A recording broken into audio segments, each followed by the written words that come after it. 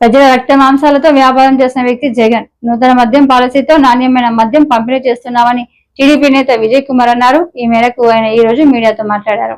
సృష్టించిన విధం కావచ్చు, ఇవన్నిటిని పక్కన పెడితే అసలు ఈ సంవత్సరంలో తెలుగుదేశం పార్టీ కొత్త పాలసీని ఏ విధంగా తెచ్చింది? అసలు ఆరోగ్యపరంగా లిక్కర్ తాగితే ఆరోగ్యం చెడిపోతున్నది ప్రతి ఒక్కరిదే, దాన్ని ఎవరో కాదంటమే లేదు.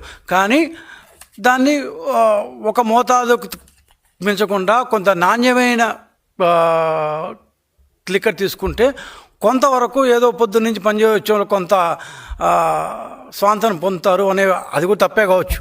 సో ఈ దీంట్లో మనం సక్సెస్ఫుల్ గవర్నమెంట్స్ లిక్కర్ని కండక్ట్ చేస్తూ వస్తున్నాయి. కానీ 2019, 14, 24లో ఏమైందంటే దీన్ని కేవలం గవర్నమెంట్ ఆదాయం కోసమే కాదు, వ్యక్తిగతంగా జగన్మోహన్ రెడ్డి గారు అనుకో వాళ్ళ పార్టీలో ఉన్న వివిధ వ్యక్తులు వాళ్ళు దీన్ని ఒక మామూలు ఆదాయ వనరు కాదు, దీంట్లో కోట్లు సంపాదించిన, కోట్లు కాదు వందల కోట్లు, వేల కోట్లు సంపాదించడం ఎలా అని ఒక PhD చేయొచ్చు.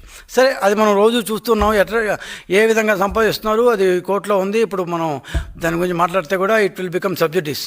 సో కోర్టులో ఉంది, కోర్టు దాన్ని తెలుస్తుంది. కోర్టు నిజంగా సుప్రీంకోర్టు కావచ్చు, హైకోర్టు కావచ్చు, చాలా నిర్దిష్టంగా, చాలా దాన్ని ఏమంటారు పకడ్బందీగా ఈ కేసుని చూస్తున్నాయి. కాబట్టి మనకు ఎలాంటి సందేహం అక్కర్లేదు. ఖచ్చితంగా ఈ ఆరోగ్యం అనే దీంతో ఆటలాడుకున్న వాళ్ళు దానికి తగిన పనిష్మెంట్ అనుభవించిన ఖాయం. ఆ విషయం పక్కన పెడితే, మనం సంవత్సరంగా టీడీపీ గవర్నమెంట్ ఇచ్చింది కదా, మీరేం చేశారు అన్న ప్రశ్నకు ఆన్సర్ చెప్పాల్సిన బాధ్యత మా మీద ఉంది. ఎందుకంటే 5 సంవత్సరాల పాటు కొన్ని వేల మంది చనిపోయిన దాన్ని ఏమంటారు నేపథ్యంలో, కొన్ని వేల మంది ఆరోగ్యాన్ని చెడగొట్టుకున్న నేపథ్యంలో ప్రఖ్యాత ల్యాబ్స్, దాని పరిశోధనా సంస్థలు వీళ్ళు తెచ్చిన మందు బాటిల్లో, ఏమంటారు వాళ్ళ యొక్క బ్రాండ్లో ఏమేమి హానికరమైన మందులు ఉన్నాయి అని చెప్పిన నేపథ్యంలో మేము వచ్చిన తర్వాత కొత్త పాలసీ ఏంటి, అసలు వాళ్ళు ఏం చేశారు ఆరోగ్యపరంగా, దాన్ని హానికరం, మనం ఏ విధంగా దాన్ని మార్చడానికి ప్రయత్నించాము, ఏ విధంగా హానికరం కాని మందు ఏ విధంగా ఇప్పుడు లభ్యమవుతుంది, ఆరోగ్యాలు కనీసం కొంతన్నా కుదుటపడ్డాయి అని చెప్పుకోగల స్టేజ్కి వచ్చాము మనం అని. ఇది చెప్పే ముందు మన రాష్ట్రం కాదు, పక్క ఉన్న కర్ణాటక రాష్ట్రం యొక్క ఎక్సైజ్ కమిషనర్, IAS ఆఫీసర్ ఆయన, ఎక్సైజ్ కమిషనరు కోలార్ జిల్లా, అంటే చిత్తూరు పక్క ఉన్న కోలార్ జిల్లాలో ఆయన మొన్న పర్యటిస్తూ, వెంకటేష్ ఆయన పేరు, ఆయన ఏమన్నారంటే, one of the reasons for the drop in revenue collection from liquor sales in the district is due to the new liquor policy in neighboring state of Andhra Pradesh అన్నారు. ఇది కర్ణాటకలో లిక్కర్ సేల్స్ తగ్గిపోయాయంట. కర్ణాటకలో liquor sales తగ్గిపోతే మనకేం సంబంధం అంటే, దానికి ఆ రాష్ట్ర ఎక్సైజ్ కమిషనర్ వెంకటేష్ గారు చెప్పిన కారణం ఏమంటే, పక్క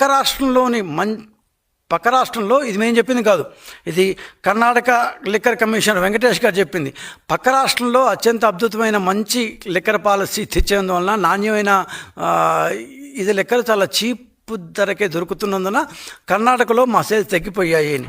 అదే కాదు, తెలంగాణ పత్రికల్లో పలు కథనాలు వచ్చాయి. ఏమని, ఏపీలో ప్రీమియం లిక్కర్ బాండ్స్ అందుబాటులో లేక అధిక ధరలకు మద్యం కొనలేక తెలంగాణ సరిహద్దు జిల్లాల్లో మద్యం కొనేవాళ్ళు ఇప్పుడు ఏపీ ప్రభుత్వం నూతన పాలసీతో, ఇది కూడా నేను చెప్పింది కాదు, తెలంగాణ పత్రికల్లో వచ్చింది, గూగుల్ చేస్తే ఎవరికైనా కనిపిస్తుంది. సో ఏపీ ప్రభుత్వం నూతన పాలసీతో అక్కడే తక్కువ రేటుతో తక్కువ మద్యం దొరుకుతోంది.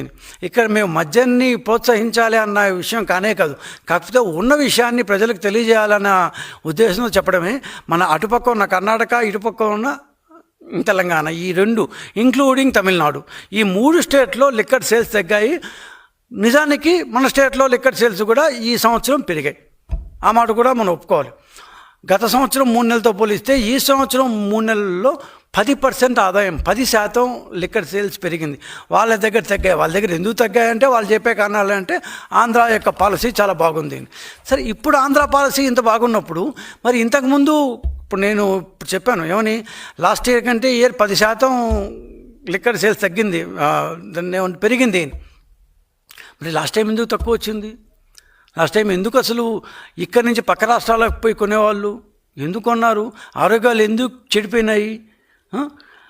ఎందుకు అంటే మద్యపానం నిషేధాన్ని బాగా వినండి, మద్యపాన నిషేధాన్ని అమలు చేస్తానని అధికారంలోకి వచ్చిన జగన్మోహన్ రెడ్డి కరెక్ట్గా గాంధీ జయంతి నాడే, ఆయనకి ఎంత మంచి డేట్ దొరికిందో కూడా, గాంధీ జయంతి నాడే అక్టోబర్ 2వ తేదీని ఆయన కొత్త మద్యం పాలసీతో రాష్ట్రంలోని డిస్టిలరీస్ అన్నీ